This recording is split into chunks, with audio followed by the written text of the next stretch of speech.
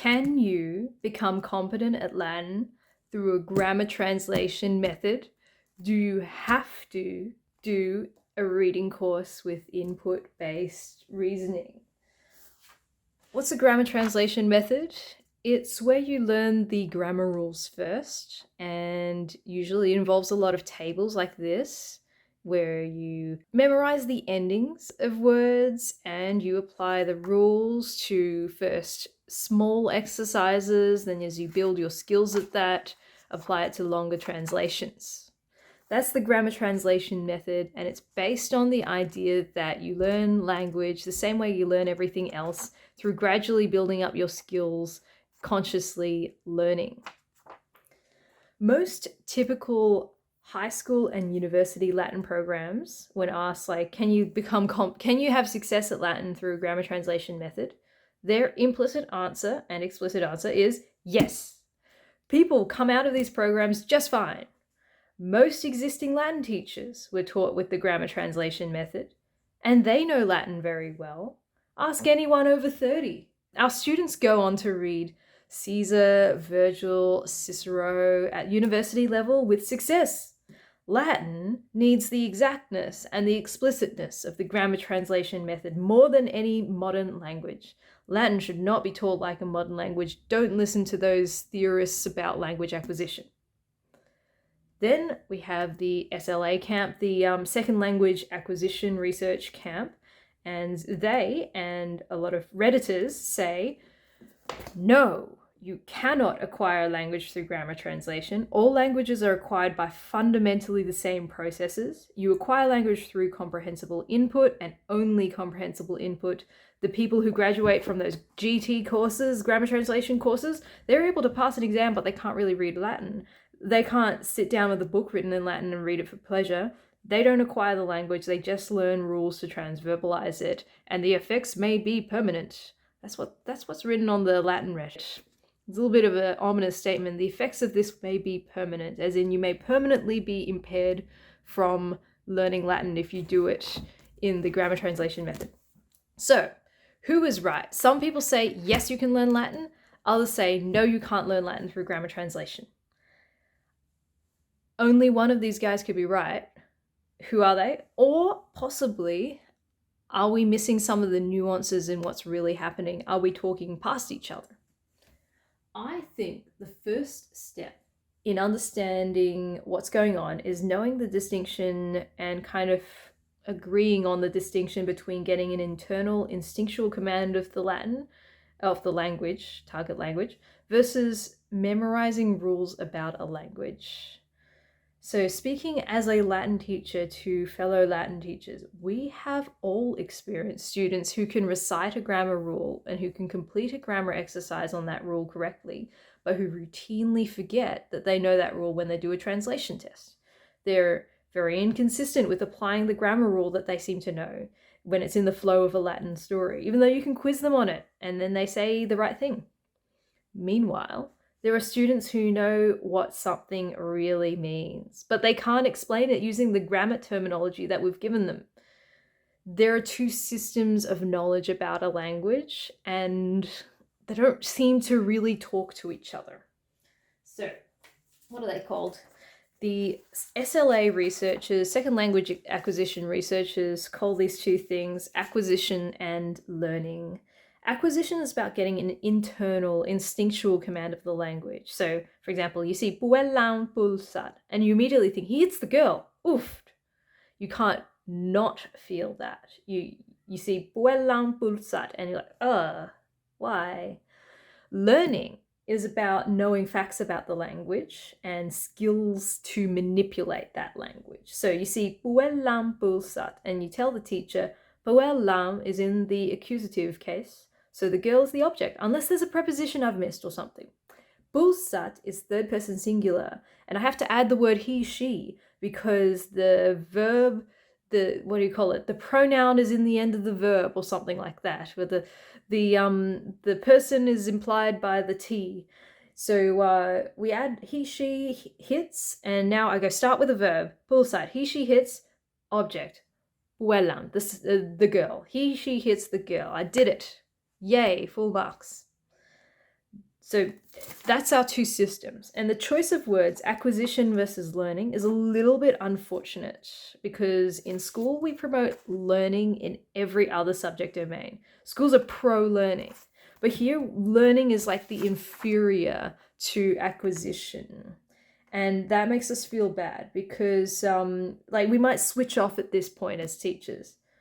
Being anti-learning is surely the same as being anti-intellectual, being anti any kind of explicitness, any kind of standard.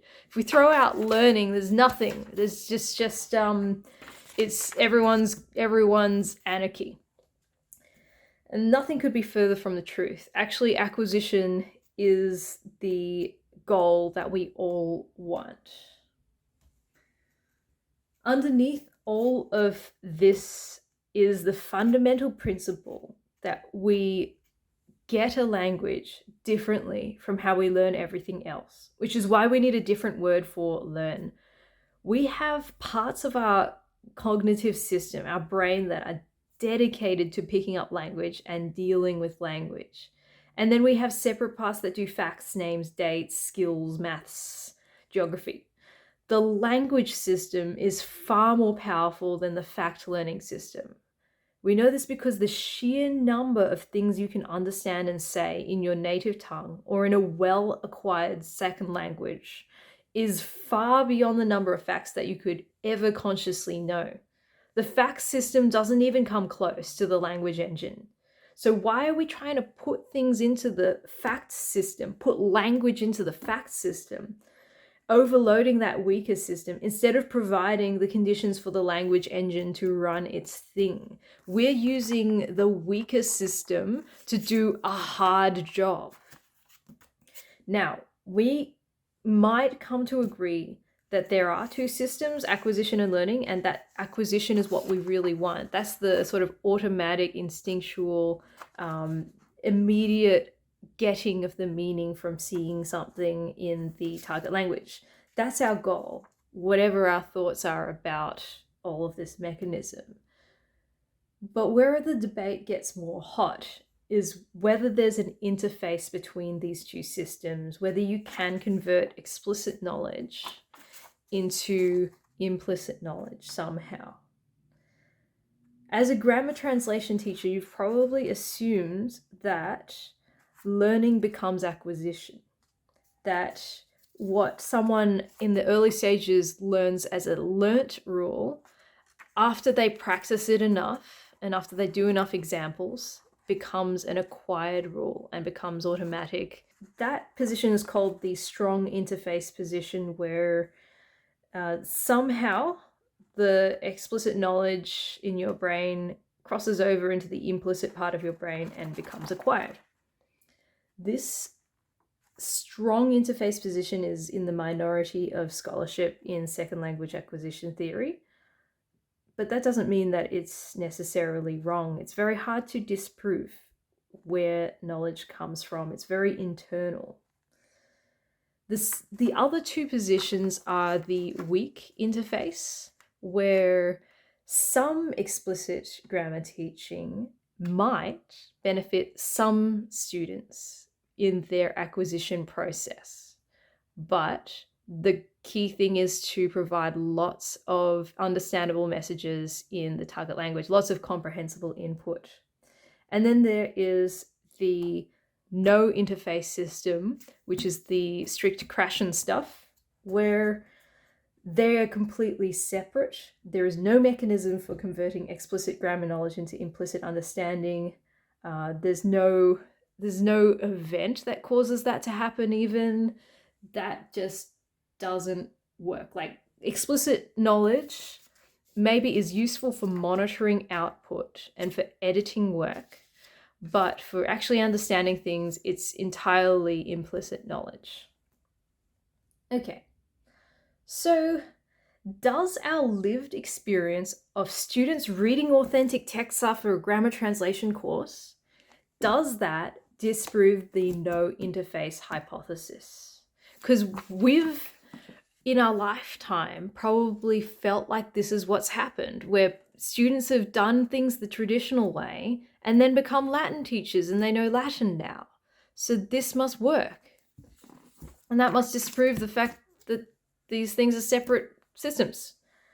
Okay, I'm going to assume that the no interface hypothesis is correct, and we're going to test it against the lived experience of watching people go through Latin courses and see if that experience and the facts of that experience lines up or disproves the theory of no interface.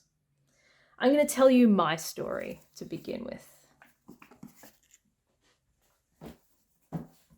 Hi, I'm Carla Hurd. I learnt Latin in high school through a hybrid of explicit grammar translation and reading method with the Cambridge Latin course. And I learned ancient Greek in a 6-month intensive in my 3rd year of university with a heavily grammar translation approach with this textbook. I'm currently learning Biblical Hebrew with comprehensible input and I'm loving it, but that's a work in progress, so I won't comment on it here. My Latin is a lot better than my Greek, but that's partly because I'm a Latin teacher and I use Latin all the time with my job as a Latin teacher.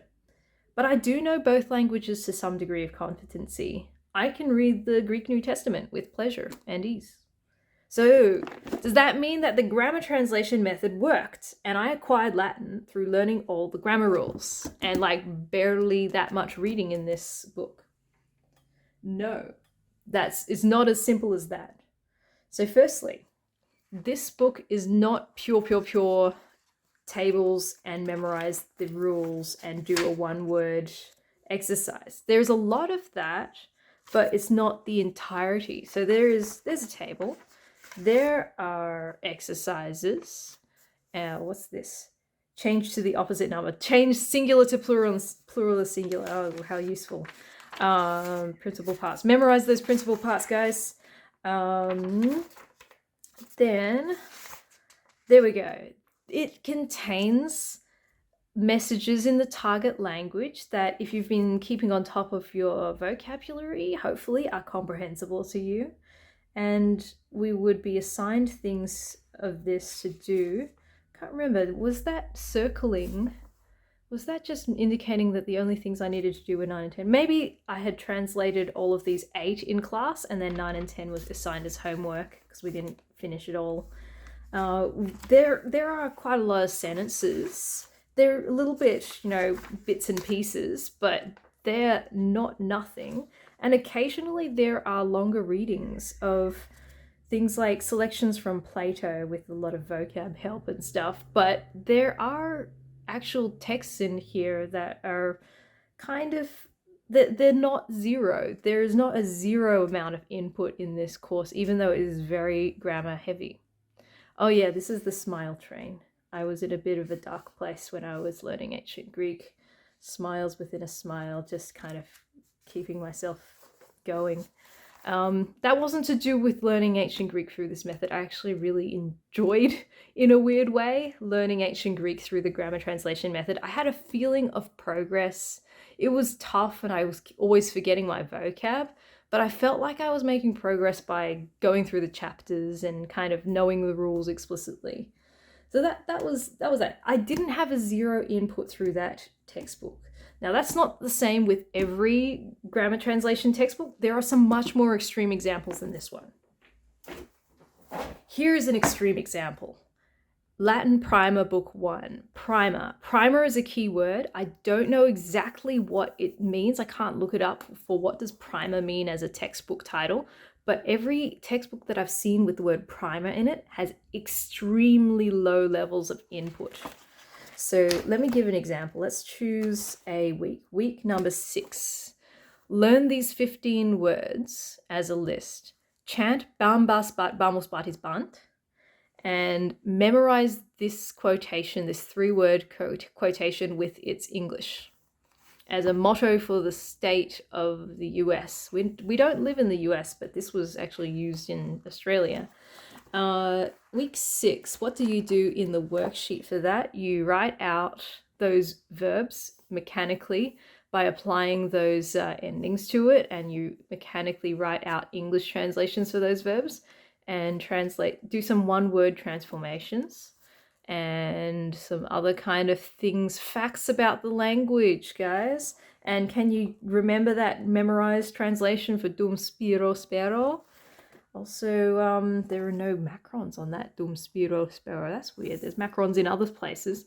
Well, a friend of mine learnt Latin in primary school through this textbook in grades 4 to 6 at the very least, maybe even from grade 3, with the same textbook as this. The attitude was, every week, these are the things to learn.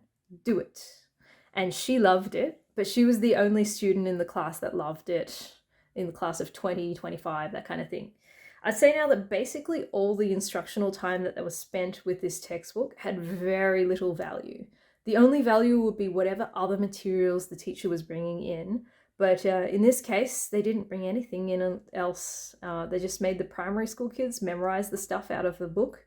And then I spoke to the secondary school Latin teacher who picked up the same students who went through this course. He picked them up at year 7 level. And I asked him, what do you do to accommodate for the prior knowledge that these students have gained in primary school? He said, I have to assume that they know nothing and I start from the beginning. That hurts to hear. It's so painful. All the stuff that was supposed to be good about learning Latin in a primary school, like no one learns Latin in a primary school in Victoria. Actually, now no one does. At the time, we were the only school that was offering primary school Latin. No one does that, and it was like supposed to be special and stuff, but it really had no impact because he just had to restart everything at year 7 level anyway. So that was a bit of a bummer. Anyway, there are extreme grammar translation method books that exist, and they're generally called primers. And I don't know, but I think that teachers are supposed to bring in extra material outside of the primer to accompany the primer. I'm not sure if that's what actually happens all the time, but that's the only justification I can have for anyone producing a primer. It's like a naked grammar translation method with no substance of input whatsoever, but presumably if you have access to comprehensible input, you'll put some in yourself. Maybe not. So, getting back to my experience with learning Greek, there was a non-zero amount of input in this textbook, so I should expect to get a little bit of competence through it anyway. And I also read outside the textbook. Now, don't get me wrong, I had a full confidence in the sufficiency of the grammar translation method at the time that I was doing this. I loved it. But because I liked the Greek language and I really wanted to learn it, I chose to do more things than just the textbook work. So every Sunday sermon that I went to church and the pastor was reading from the Greek New Testament, I was on my phone with my Greek New Testament app and reading along the Greek words while hearing the translation in English and trying to understand the meaning. And it was a comprehensible but compelling kind of activity for me. And I went and searched on YouTube for videos of someone saying aloud the Atenaze course, which I now have a physical copy of, but which I didn't have a physical copy of at the time. But you guys can do this too if you're learning ancient Greek. Just Google Atenaze in YouTube, or Google it in YouTube. Use the search function in YouTube, and you'll get Scorpio Martianus's videos of Atenaze being read aloud. I can't even remember if it was the same that I listened to at that time. I feel like it was a different listening, but I can strongly recommend his readings. So anyway, I did that. I flirted with the New Testament, and I also I just started reading New Testament passages according to my interests. Even though it was way above my level and I needed lots of help, I was compelled to do so, and I got some input out of it from there. So I wasn't a pure GT method guinea pig. I was too much of a nerd to read only the textbook, and the textbook gave me some things as well. When my 6-month crash course in ancient Greek finished, I started my honours year and I had to read really complicated authentic texts in ancient Greek as part of my uni studies, including One of them was Euripides, a drama by Euripides, which I'm ashamed to say I've forgotten the name of the drama I was reading. Oh, so I was reading complicated, authentic texts. I was nowhere near as confident with ancient Greek as I was with Latin, but I brute forced my way through it with dictionaries. And I diligently revised the texts because they were set as scene translation. So I was ending up rereading, that kind of thing. Not the best thing because I was also memorizing my English translation as my sort of hack for getting full marks on that kind of test. But it's not ideal input, but it was substantial. I was rereading, and I was getting something out of the Euripides and other texts. If I had learned ancient Greek through, say, a extreme primer, and I had no input in the first 6 months, I would have gotten some input in the subsequent year. And because I was really motivated and wanted to improve my Greek even more, when I left uni, I downloaded and printed copies of Jeffrey Stedman's Greek text with facing vocabulary and commentaries. And I read a bit of ancient Greek every day with the help of the commentaries, yeah. But I read it and I gradually found it easier. I was slowly acquiring the language after having done the baptism of fire in a grammar translation course, intensive. My story is not unique. The type of people, the weird type of people who go on to become passionate Latin and Greek teachers are the kinds of people who want to read a lot of text in Latin and Greek, because that's why they learnt the language in the first place. So they do that. And then through that lifetime of exposure to the language, they acquire it. Nothing in this story, absolutely nothing in this story, requires there to be an interface between learning and acquisition. This could be entirely, I did my exams, and then with the crude tools that I had, I acquired the language through real texts. Maybe I used some of the explicit knowledge and a thick dictionary to slowly struggle through authentic texts far above my level, but the implicit knowledge came from reading that text. The explicit maybe gave me some very inefficient, very crude tools to extract meaning from a text, but my continued and stubborn practice of reading in the language gradually fed my language engine. So, here's the tough question. Is grammar translation just a different path to the same outcome? Like a different and equally valid path to achieve the same goal of becoming competent in the language? In a video I made over 6 years ago, which is over here, I said grammar translation gets you from A to B. And I even said that the grammar intensive method achieves that process quicker than a reading method. I acknowledged that my Greek was not as good as my Latin because I didn't do much reading in Greek compared to in Latin, but I still said that it gets me from A to B. Do I still believe that? I'm going to make an analogy about getting from A to B, different ways of teaching students to go from A to B. Say you're wanting to teach someone to walk from point A to point B, and then after point B, they need to be able to walk by themselves. This is my analogy for taking a beginner student from no comprehension, point A, to being just about able to start translating or reading authentic texts, and that's point B. And then after that point, you want them to keep reading authentic texts and still improving after that, but it's like that's on them. Teaching languages as a learnt construct. Teaching languages as a learnt construct would be like getting people to use their hands to walk from point A to B. It's a different system that is technically capable, but far less adapted for the genuine task of walking. Since it's hard to maintain balance while standing on your hands, we would get the students to memorize rules about gravity and angular momentum, and we would teach them formulas so that they can calculate and apply where their hands should be placed and how quickly the hands should move to save yourself from falling over. We would tell them Walking's hard. That's why we need all these rules. Or we would say young children can learn how to walk naturally on their legs, but as you get older, you need to use your hands to learn to walk because you become more conscious and more less automatic, less free about doing things. You have to learn on your hands when you're an adult. Occasionally or frequently, students would fall over and stumble along on their legs before getting back on their hands. This accidental process would give their legs a little bit of musculature along the way, but we don't emphasize it because we have so much hand walking curriculum to get through in a limited time before the hand walking exam.